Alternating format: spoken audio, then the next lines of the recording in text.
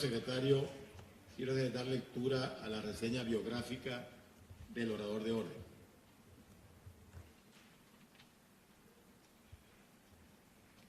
Gracias, presidente. Edgardo Mondolfi Gudat, Caracas, 1964, licenciado en Letras de la Universidad Central de Venezuela, magíster en Estudios Internacionales de la American University en Washington, D.C., y doctor en Historia de la Universidad Católica Andrés Bello, con el grado de Summa Cum Laude. Andrés Bello, Visiting Fellow en St. Anthony's College de la Universidad de Oxford en 2008.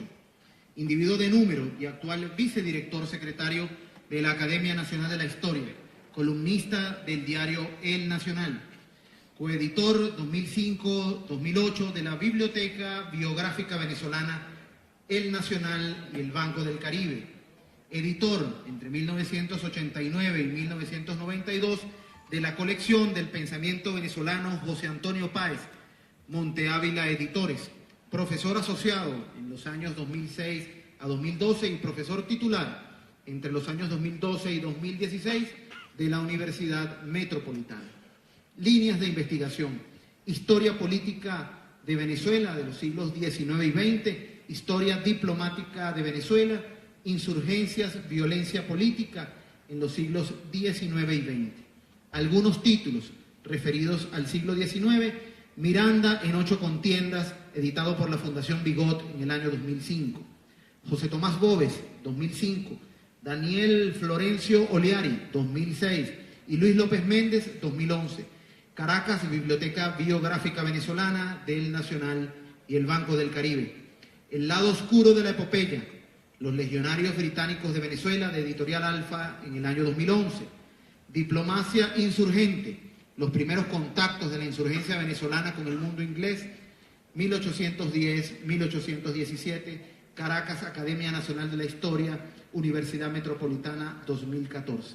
Títulos referidos al siglo XIX: General de Armas Tomar, la actividad conspirativa de Eleazar López Contreras durante el trienio 1945-1948, Caracas, Academia Nacional de la Historia, colección libro breve, 2009.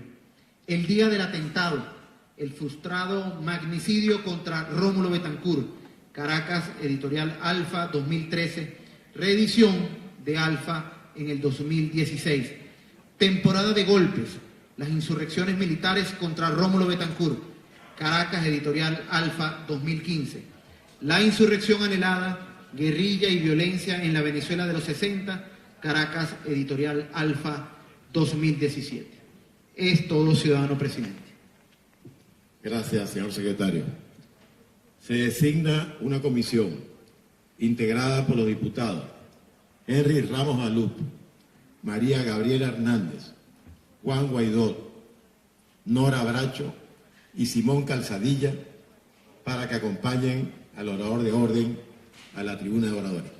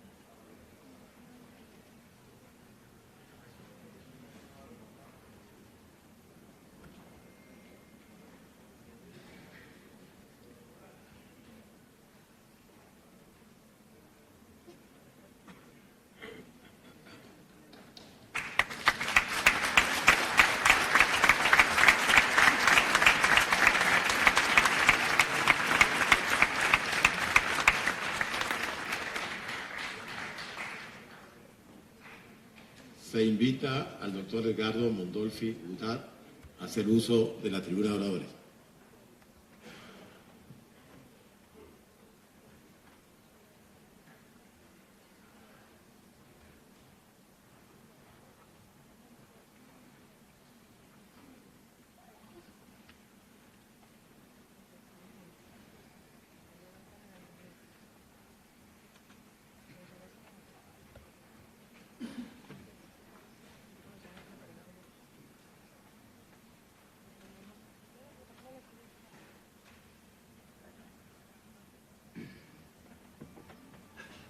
Antes de comenzar, quisiera dedicar este discurso a la memoria de dos grandes venezolanos, don Simón Alberto Consalvi y don Humberto Najal.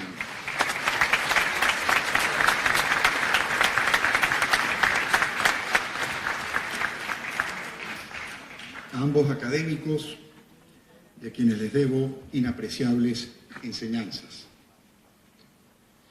Señor Presidente de la Asamblea Nacional, ciudadanos diputados, ciudadanas diputadas a la Asamblea Nacional, honorables representantes del cuerpo diplomático, invitados especiales, señoras y señores, querida familia, querida Josefina, querido Edgardo Ignacio. Aparte de lo profundamente agradecido que me siento por el privilegio que se me ha otorgado, debo poner de relieve cuánto me honra, pese a la hora menguada en que me toca hacerlo, hablar ante una Asamblea Nacional que ha sido producto de una preferencia electoral auténtica.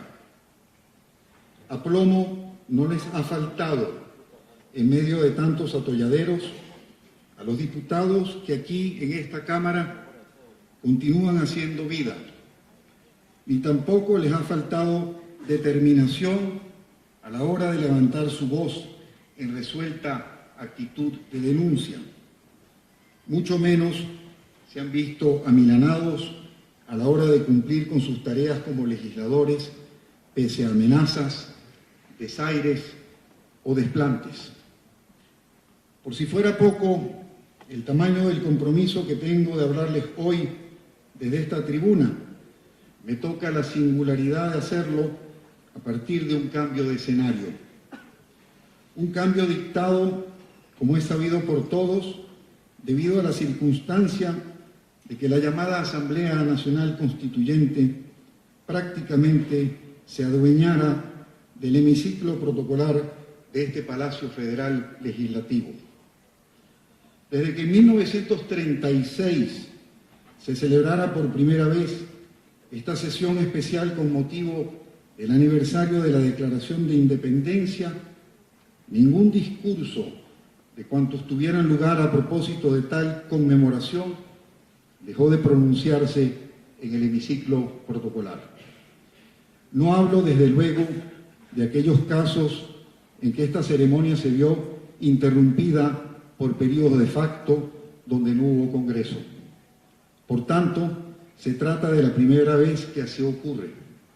Pero es un cambio de escenario que no disminuye en nada la dignidad ni la calidad de este acto. Tal vez, curiosamente, lo favorezca. Lo digo si se piensa que después de todo, fue en esta Cámara donde se libraron durante buena parte del siglo XX los grandes debates históricos que le concernían al país. Innumerables han sido las recomendaciones formuladas con sensatez por esta Asamblea Nacional, pese a que hayan sido desatendidas. Innumerables han sido también los empeños por atajar el dudoso carácter legal que el Tribunal Supremo de Justicia, taquilla de recepción de la mera voluntad del Ejecutivo, ha pretendido conferirle a muchas decisiones y operaciones financieras promovidas por el gobierno. Innumerables y valiosos han sido también los debates que se han registrado aquí desde el año 2016 en procura de elaborar una serie de leyes que, si bien han caído también en oídos sordos, sirven de importante reserva para el futuro que nos merecemos y que llegará. De hecho, solo a primera vista podría pensarse que a esta asamblea le ha tocado actuar como aquel griego loco del cual hablara Bolívar, quien pretendía dirigir desde lo alto de una roca los buques que entraban a puerto. En realidad, esta asamblea y sus decisiones han sido un auténtico quebradero de cabeza para quienes han intentado sustituirla mediante un dudoso y cuestionable artificio.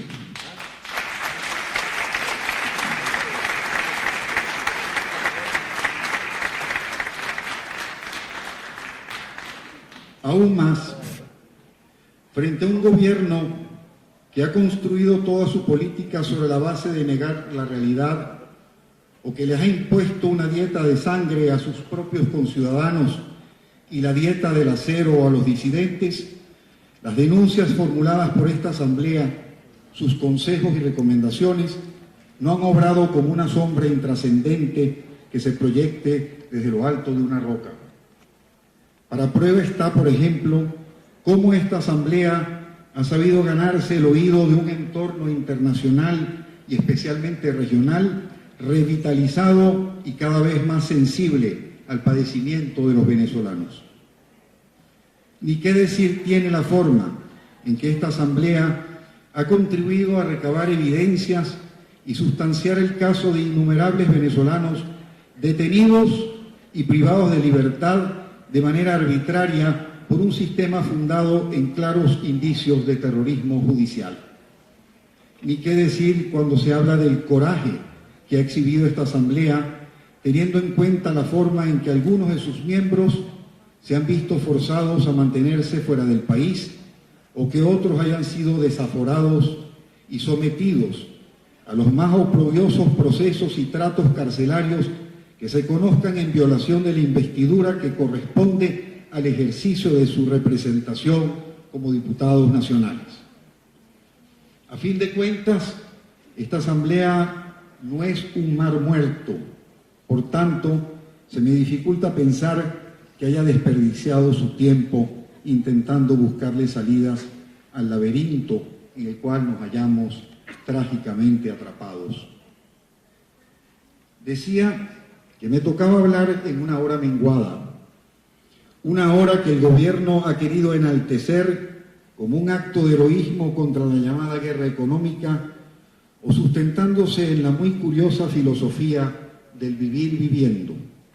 En realidad, partiendo de esa afición del gobierno por el empleo del gerundio, pero extremando las cosas hasta el punto de la paradoja y el delirio, podría afirmarse que la traducción más cabal y tangible de ese eslogan es que los venezolanos viven muriendo a causa de los innumerables desgarres cotidianos. Hablo de una hora en la cual cada 30 segundos se dispara una ruleta rusa, como ha querido sintetizarlo en rotunda frase el curtido escritor y periodista Ramón Hernández.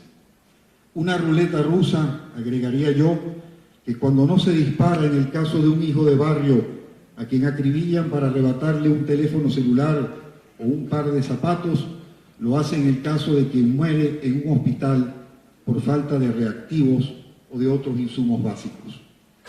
En otras palabras, hablamos de una ruleta que dispara de forma implacable contra nuestros mínimos derechos ciudadanos. Estamos en presencia de un gobierno que ha puesto de moda el bachaquerismo como sustituto de la ética del trabajo, que es precisamente lo que le da sustento a la experiencia de ser ciudadano. Estamos en presencia de un gobierno que estimula a falta de trabajo productivo que la sociedad bordee o sucumba al delito.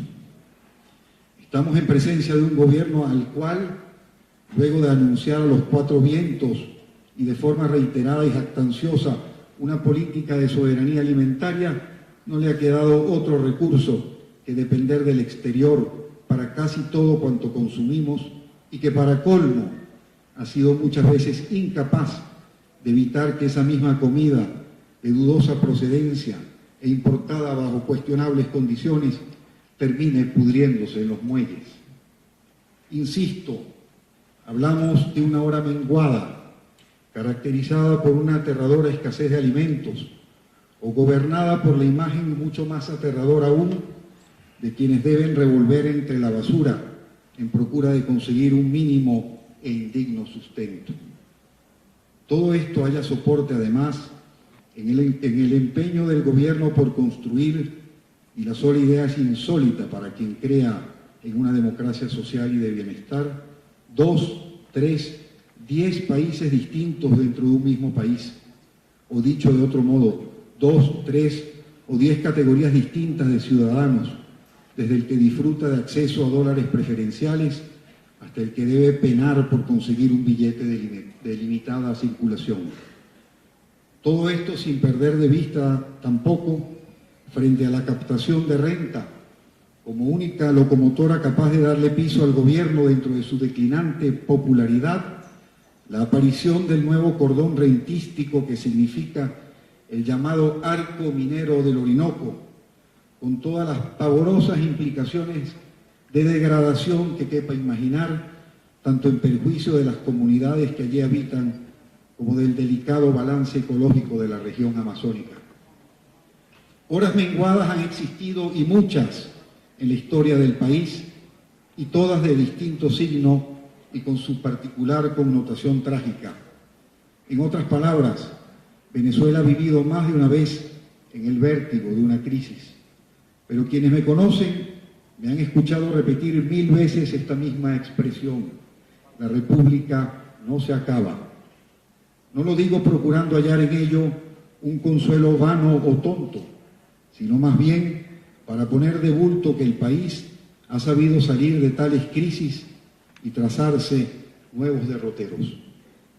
Precisamente, la conmemoración que hoy nos congrega tiene por objeto reafirmar cómo, también en una hora menguada, como lo supuso la crisis que experimentara el mundo hispánico al dislocarse las instancias de poder de la monarquía, la sociedad venezolana no solo se empeñó en concebir un futuro a partir de 1811, sino que lo hizo a despecho de las más descomunales adversidades.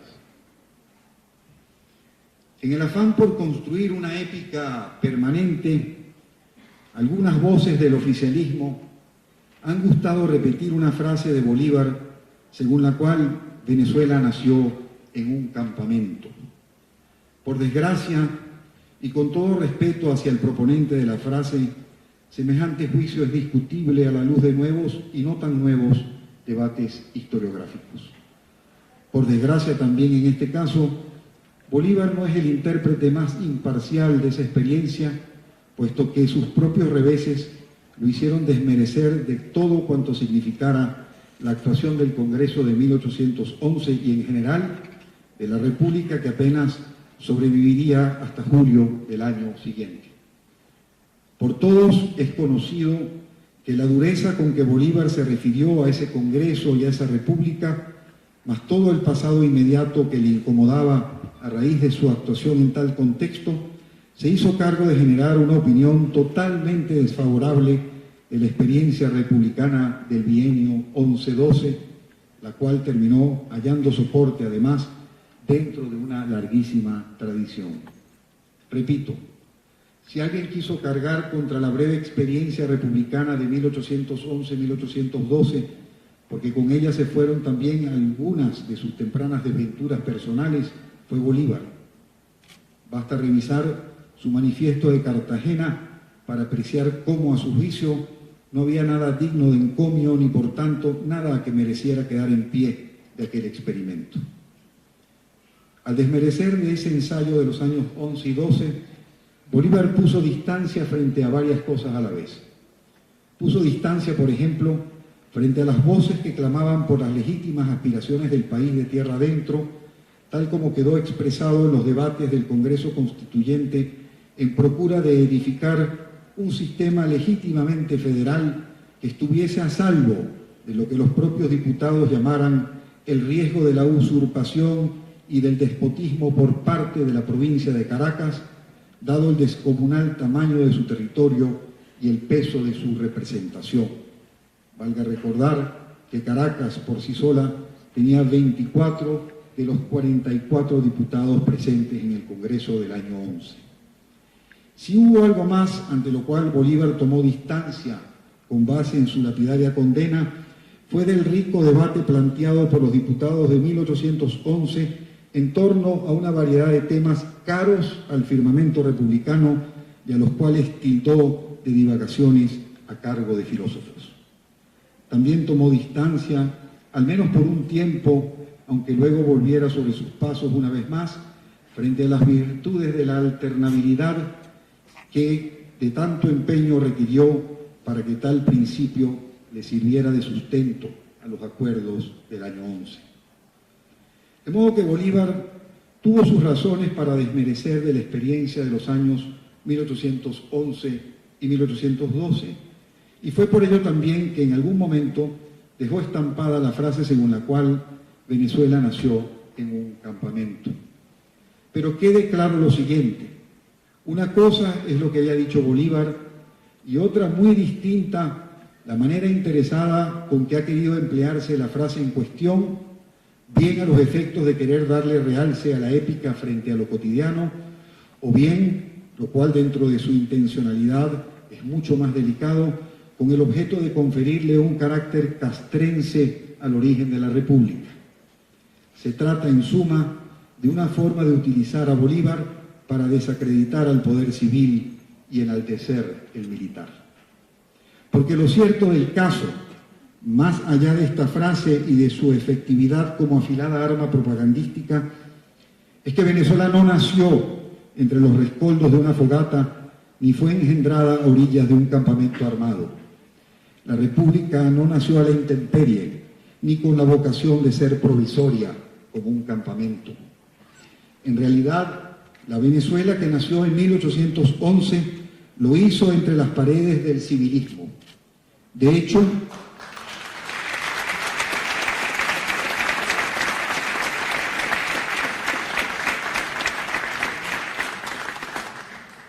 hecho, como lo sostiene el politólogo Luis Alberto Butó, la declaración de independencia que celebramos hoy y la consecuente creación de la República prevaleciente hasta nuestra contemporaneidad fue, por donde se le mire, un proceso gestado en y desarrollado por el mundo civil.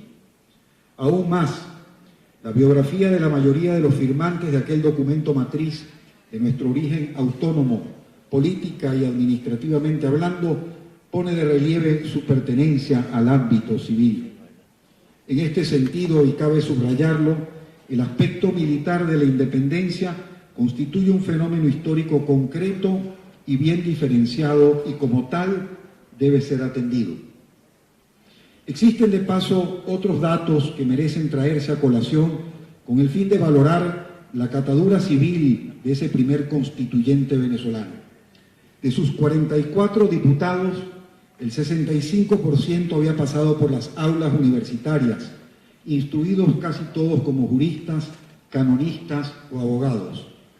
Dentro de ese 65%, 10 de ellos habían ejercido cátedras en la Universidad de Caracas, en el Real Colegio de Mérida o en la Escuela de Latinidad de Cumaná. Esto quiere decir que en orden de importancia numérica seguían de lejos aquellos otros diputados provenientes del mundo de las milicias regladas. Dos cosas más podrían agregarse y que incluso van más allá de la catadura civil de la mayoría de sus integrantes. Me refiero al hecho de que, por un lado, ese Congreso constituyera, como lo calificara la Gaceta de Caracas, las primeras cortes que ha visto la América, es decir, la primera representación plural convocada a tal efecto en la América española. Lo segundo es que las elecciones de 1810, me refiero a las elecciones que se efectuaron para conformar dicha asamblea, fueron las primeras elecciones para diputados celebradas en la América del Sur, todo ello con arreglo al reglamento que fuese redactado a tal fin por el diputado Juan Germán Rocio. Aquí y hoy, 207 años más tarde, no conmemoramos que ese Congreso se haya instalado el 2 de marzo de 1811, haciendo que sus miembros prestasen juramento de defender frente al Evangelio los derechos de Fernando VII. No en vano, y resulta preciso recordarlo, ese cuerpo se erigió bajo el nombre de Congreso Conservador de los Derechos de Fernando VII. Conmemoramos más bien el acto de ruptura absoluta con la regencia española, ocurrido casi 5 meses más tarde, y todo ello por razones que resultaría muy largo detallar desde esta tribuna. Baste decir, a los efectos de lo que aquí interesa destacar, que muchas mudanzas operaron en el ánimo de aquellos diputados que se vieron llevados a adoptar tamaña declaración, todo lo cual está fielmente recogido en las actas que se conservan de las semanas e incluso meses previos al 5 de julio de 1811. El dato por sí solo es revelador. A la declaración que expresara la ruptura total con el antiguo pacto de vasallaje no se arribó por obra de una reacción intempestiva, sino que siguió el derrotero de una decisión razonada, producto de la deliberación intelectual de ese Congreso Constituyente.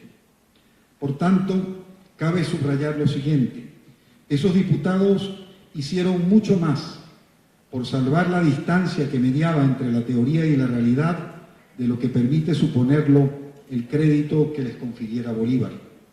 Así lo testifica la riqueza de los debates librados al interior del Congreso de 1811, tal como queda reflejado en sus actas.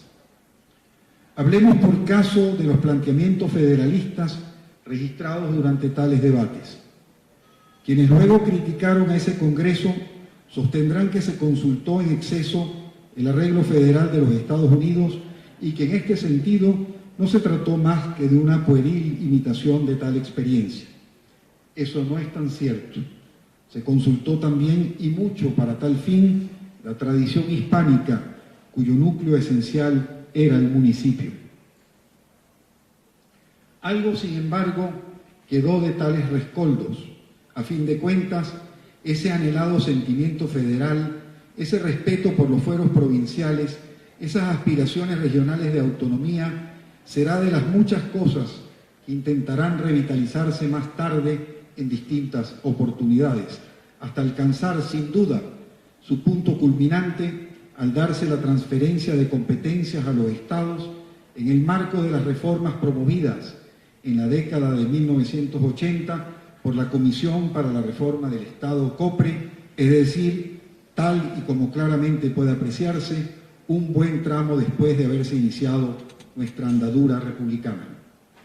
Por cierto, cabe hablar aquí, en breve aparte, de quien fuera su estratega más singular, el historiador y expresidente de la República Ramón J. Velázquez, quien solo por ello merece nuestro más obligado recuerdo.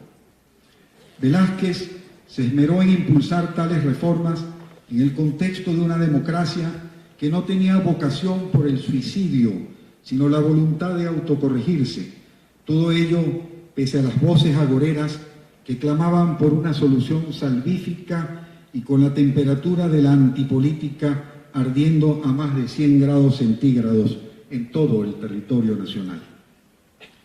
De cualquier modo, y para concluir con esta pequeña digresión, sobra decir cuán penosamente hemos desandado el camino de esa sana conquista, vaciando de potestades y presupuestos a las regiones y decretando la reversión de competencias al gobierno nacional. Volviendo de nuevo al tema que nos convoca, no puedo hablar del Congreso de 1811 sin verme ante la tentación de decir algo acerca de Francisco de Miranda, así sea brevemente y desde luego sin demeritar de la actuación de muchos de sus pares. Hablamos de quien sería electo diputado por el distrito del Pao y, para más señas, quien fuera escogido muy a última hora para ejercer dicha representación. Ignoro si aparte de estos dos datos ronde alguna otra ironía capaz de hincar sus dientes con tanta hazaña si tomamos en cuenta la amplia trayectoria que Miranda ya traía a sus espaldas. Pues bien, dentro del clima de aprensiones que se fue construyendo desde su regreso a Caracas en diciembre de 1810, al diputado por el pago se le motejó de jacobino. Esa imputación, en efecto, se le atribuyó reiteradas veces. En ella estaban presentes las naturales suspicacias y reservas que despertara su actuación en la Revolución Francesa. Ahora bien, si Miranda fue jacobino, lo fue solo en el sentido de que era republicano. De resto, Miranda no tenía mucho, por no decir nada, de jacobinismo. Detestaba el terror como instrumento político y tampoco concibió que el camino al poder debía construirse sobre la sangre de sus conciudadanos.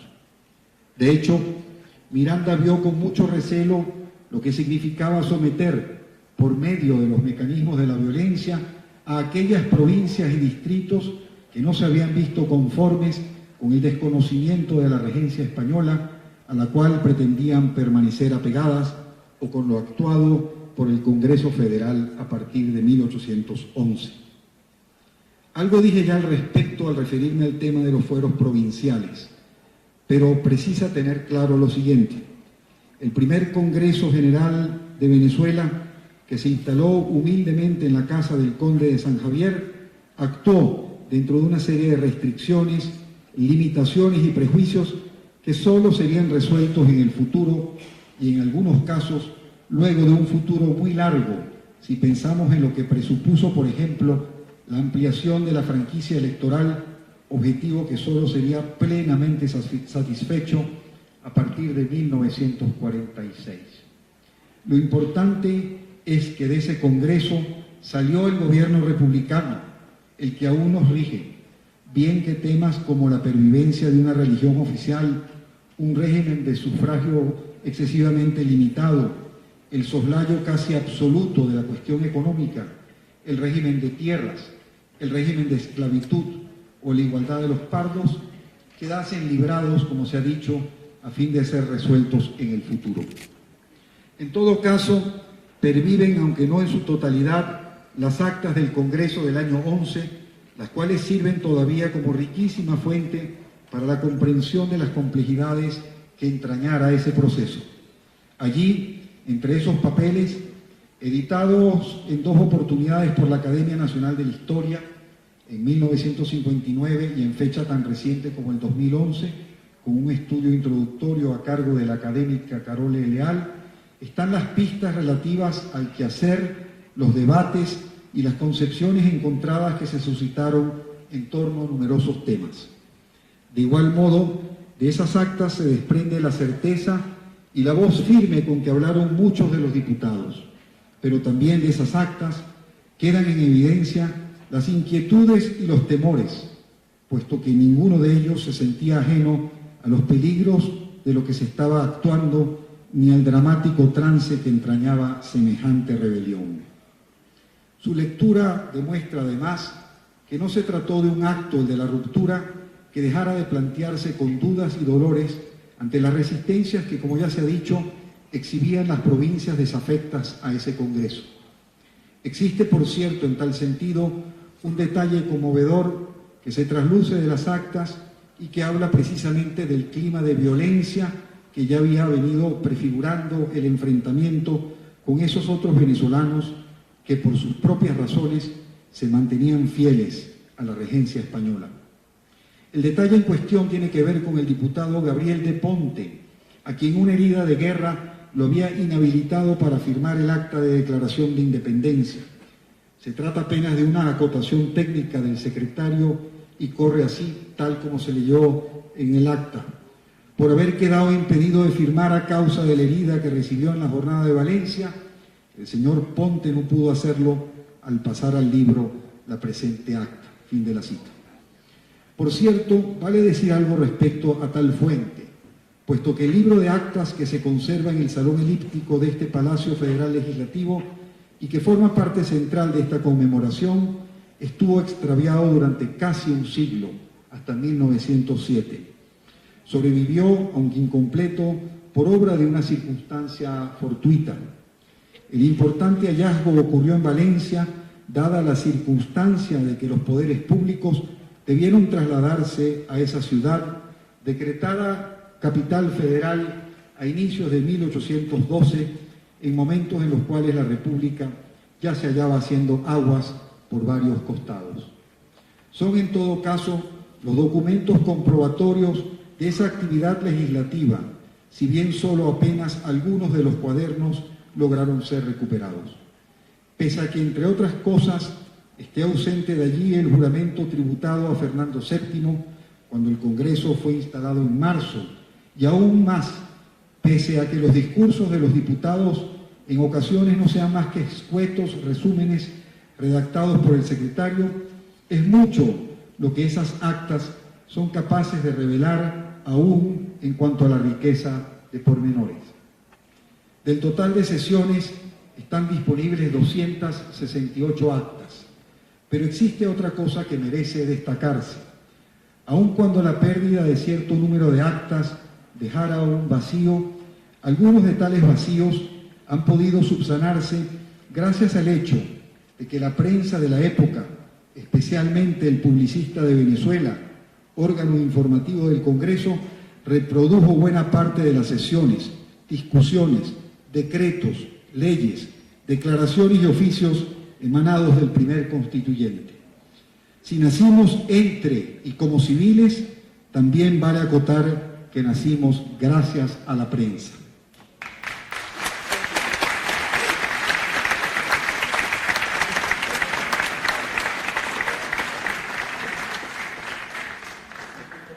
No exagero al decir que para las fechas próximas al 5 de julio de 1811, la prensa habría de ser esencial a la actuación de los diputados. Sorprende por su extensión la lista de periódicos, hojas sueltas y folletos que circularon durante aquellos días, muchos de los cuales aún se conservan. Más sorprendente aún resulta reparar en la estrategia orientadora y el soporte que aquellos órganos publicitarios fueron capaces de brindarle a la decisión tomada por los diputados de forma casi unánime a favor de la independencia absoluta. Por tanto, a partir de julio de ese año 11, nacimos libres, nacimos civiles, dejamos de ser vasallos para nacer como ciudadanos, nacimos con prensa, todo ese sedimento aún pervive en nosotros. Se trató desde luego, y como no podía ser de otro modo, de una república que inició su andadura en medio de terribles dificultades, dudas y contradicciones. Esa hora fundacional fue todo menos una Arcadia. Se arrancó con tropiezos y quizás los peores tropiezos de todos fueron consecuencia de la guerra que comenzaba a hacerse sentir no muy lejos del vecindario de Caracas. Pero otros tropiezos se dieron por efecto de excesos indebidos, producto, muchos de ellos, de la novedad de la hora.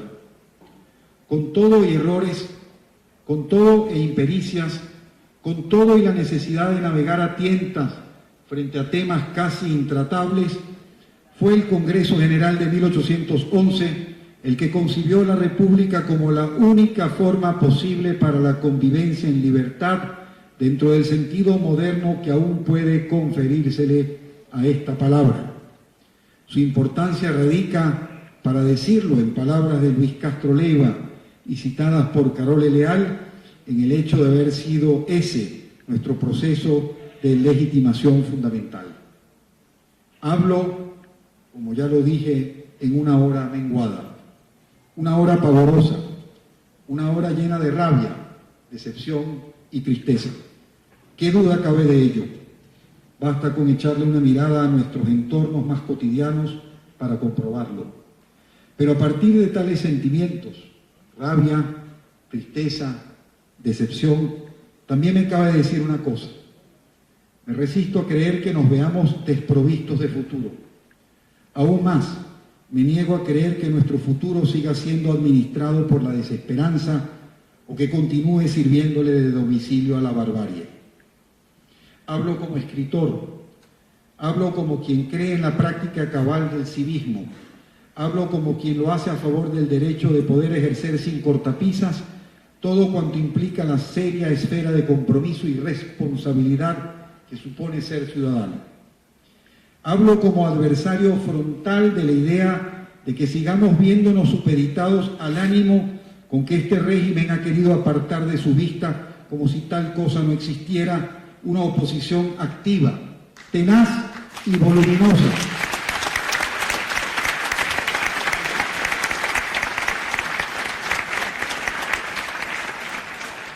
Una oposición activa, tenaz y voluminosa, confundida o desorientada a ratos, pero dispuesta a seguir actuando pese a los desparpajos y artilugios con que pretende pervertirse la conciencia democrática del venezolano, pese al empeño por limitar sus posibilidades de participación y pese al afán, gracias al arsenal disuasivo con que se cuenta desde el poder, de torcer su voluntad electoral. Por suerte, nos asisten en este sentido profundos sedimentos. Por suerte, en este sentido, logramos construir durante muchos años un reservorio de pedagogía democrática y de gimnasia ciudadana. Ese y no otro ha sido el más formidable escollo con que han tropezado quienes hoy por hoy ejercen la desgerencia del poder. A propósito de esto último, cabe decir otra cosa que también hace que hablar del Congreso de 1811 no pierda lo sustantivo y cobre pertinencia en los tiempos que corren. De ese mismo Congreso salió nuestra primera Constitución, sancionada en diciembre de 1811. Pues bien, ya que hablamos en esta hora menguada y a propósito de los desafíos que aún debemos sortear, estemos atentos a lo siguiente. La Constitución de 1999, no muy diferente de cualquier constitución inscrita dentro de la tradición democrática y social liberal, es la que nos rige a todos.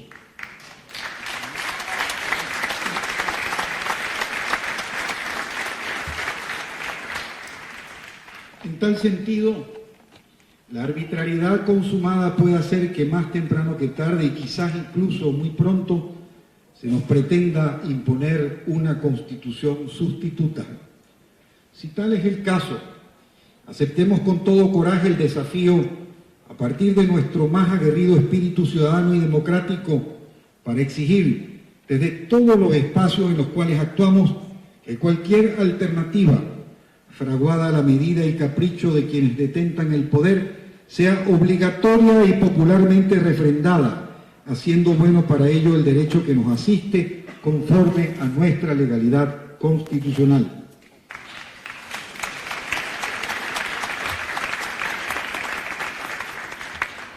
Tengo fe en el porvenir.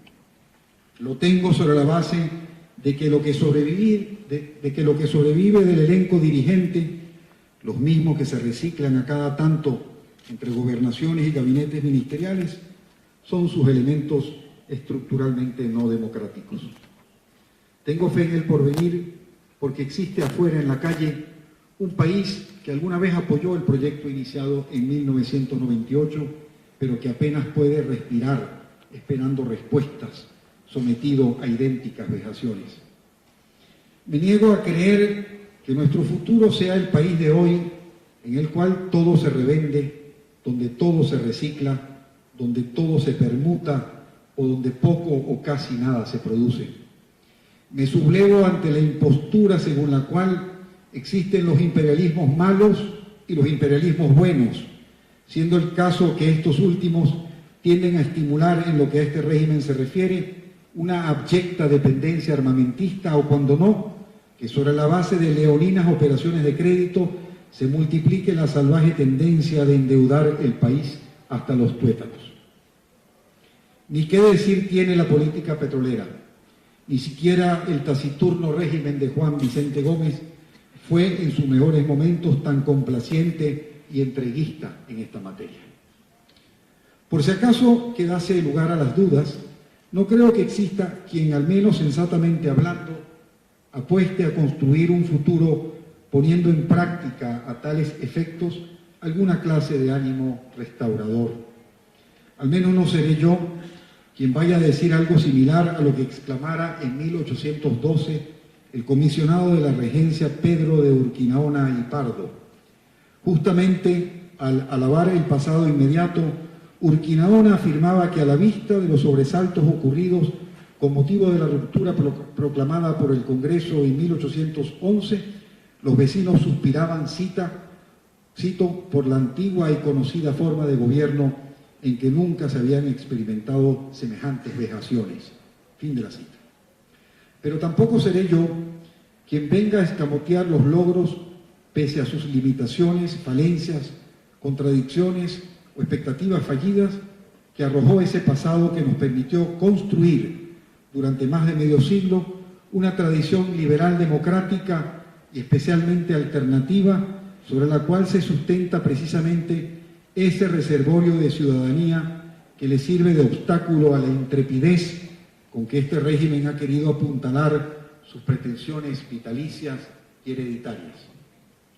En este sentido, quisiera rescatar algo que escribiera recientemente el académico Diego Bautista Urbaneja.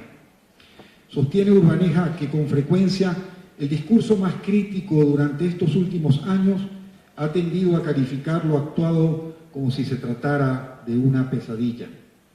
El problema, como se hace cargo de aclararlo él mismo, es que esta etapa de nuestra experiencia no puede dejarse atrás como si se tratara de una simple pesadilla. Lo único bondadoso de una pesadilla es que cuando despertamos de ella, caemos en la aliviadora cuenta de que jamás aconteció. Tal no es el caso. No se puede actuar como si nada hubiese ocurrido. Estos años han dejado un saldo de expectativas o de nuevos componentes en la cultura social y política de la sociedad que no pueden simplemente dejarse de lado sin correr el riesgo, como termina observándolo Urbaneja, de echar por la borda cosas que podrían conservarse como parte del valioso acervo de la sociedad y sin de paso pagar un costo altísimo en la viabilidad de lo que quisiéramos que fuese nuestro futuro. Por otra parte, si la noticia diaria es sin duda la dolorosa diáspora que se registra como una imparable hemorragia de talento y capital humano, también es cierto que desde adentro y también desde el exterior hay muchos venezolanos que se hallan en estos momentos pensando al país y ofreciendo guías para el porvenir.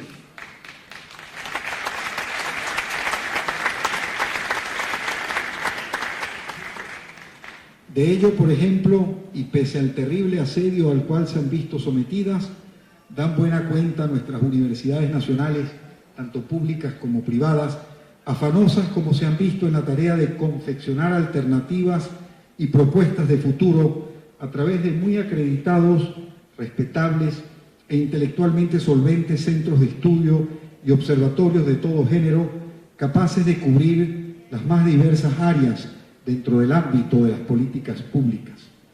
Y todas por igual lo han hecho regidas por un mismo propósito, practicando el difícil arte de pensar, en este caso acerca de lo que significa la reconstrucción y redireccionamiento del país, según y cuáles y cuán profundas y complejas sean las tareas de reingeniería requeridas en cada parcela.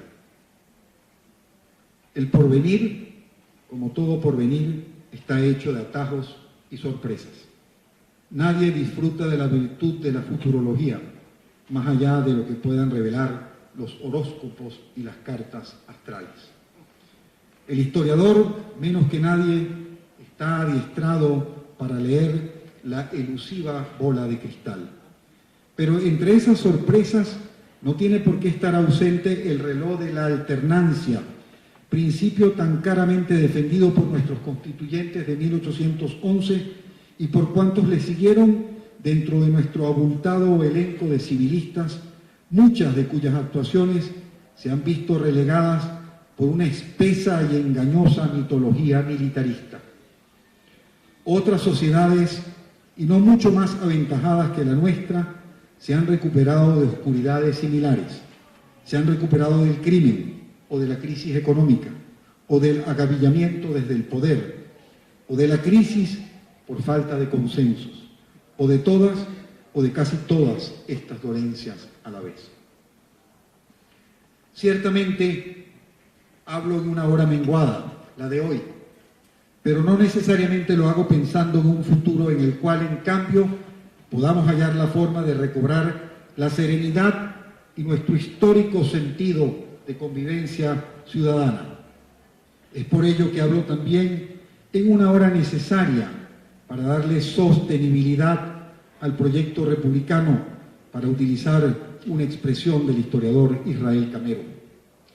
De modo que, si de algo han valido estas palabras finales, ha sido para subrayar que el porvenir que nos aguarda no tiene por qué ser un porvenir de punto y seguido. Al contrario, creo firmemente en un porvenir hecho de punto y aparte, porque de tales porvenires está repleta la historia venezolana. Muchas gracias.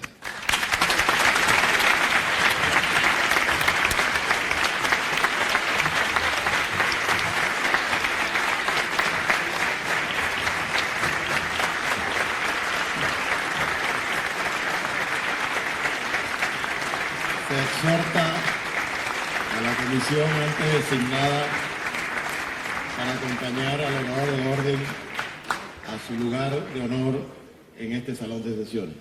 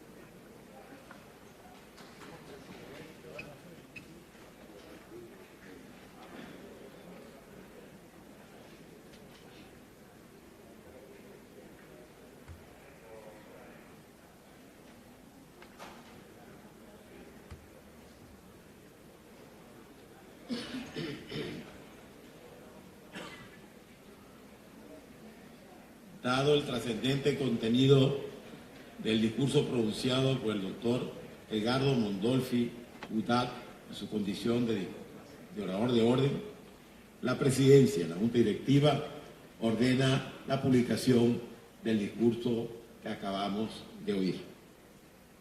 Agotado el orden del día y cumplido el objeto de esta sesión solemne, se levanta la sesión y se convoca para la sesión ordinaria del próximo martes 10 de julio a las 10 de la mañana. Gracias a todos por su presencia. Buenas tardes. Bien, amigos, TVPI acaba de concluir la sesión solemne de este 5 de julio de la Asamblea Nacional, donde solo había 2 puntos en el orden del día. El primero, la lectura del Acta de Independencia firmada el 5 de julio, y el segundo, un discurso de el historiador Mondolfi, miembro de la Academia Nacional de Historia. En este discurso se hacía pues un paseo no solamente histórico por lo que es la democracia o la institución de la República en nuestro país, sino también por la característica civil que tiene la República desde el inicio, desde su creación. Él insistía pues en la necesidad de mantener esta condición civil de la República de Venezuela y dejar a un lado los militarismos, pues indicaba que, según el paseo histórico que nos hacía, la República siempre ha sido civil y que con la Constitución del Congreso esta estuvo netamente planteada por civiles, por lo que recordaba que es necesario mantener el civismo en nuestro país. También hacía referencia a que se debe dibujar un futuro próspero para Venezuela, un futuro en el que se deje de lado toda la crisis que se está viviendo actualmente. Indicaba que sobre las leyes venezolanas solo existe la Constitución de 1999 y que es necesario preservarla y mantenerla protesta ante los intentos de una reforma de la Asamblea Nacional Constituyente al texto constitucional, y que esta Constitución de 1999 es la que nos rige y que por ende es la que se debe preservar y mantener. También hacía pues una felicitación a la oposición venezolana, que él aseguraba se ha mantenido firme ante los desafíos que se presentan actualmente con el gobierno nacional de querer eliminar a la oposición de nuestro país. Eran los 2 puntos del orden del día de esta celebración de los 207 años de independencia de nuestro país, que inició con un acto solemne en el Salón Elíptico, donde se encuentra el Acta de la Independencia, y luego vimos cómo la directiva atravesó los jardines del Palacio Federal Legislativo hasta llegar acá al hemiciclo de sesiones. La Acta de la Independencia fue leída por la diputada Denis Fernández, y luego vimos el discurso de Mondolfi, integrante de la Academia de Historia. La próxima sesión será el próximo martes, como se hace en las sesiones ordinarias. Recordemos que esta semana se hizo hoy jueves 5 de julio debido a la celebración de la independencia. Desde Caracas, Venezuela, Ana Rodríguez Brazón para BPI TV. Esta transmisión es una presentación de Salvador Peluquería. Visítanos en Maracaibo, Ciudad Ojeda, Acarigua, Santa Bárbara del Zulia, Paraguaná, Panamá, República Dominicana, Miami, Curazao y próximamente en Italia. Only for Men. Centro San Ignacio, nivel Blandín, Caracas. K-Export. Envíos de carga aérea y marítima. Deja todo en nuestras manos. Estamos ubicados en la 8200 Noroeste, 30 Terras, Doral, Miami.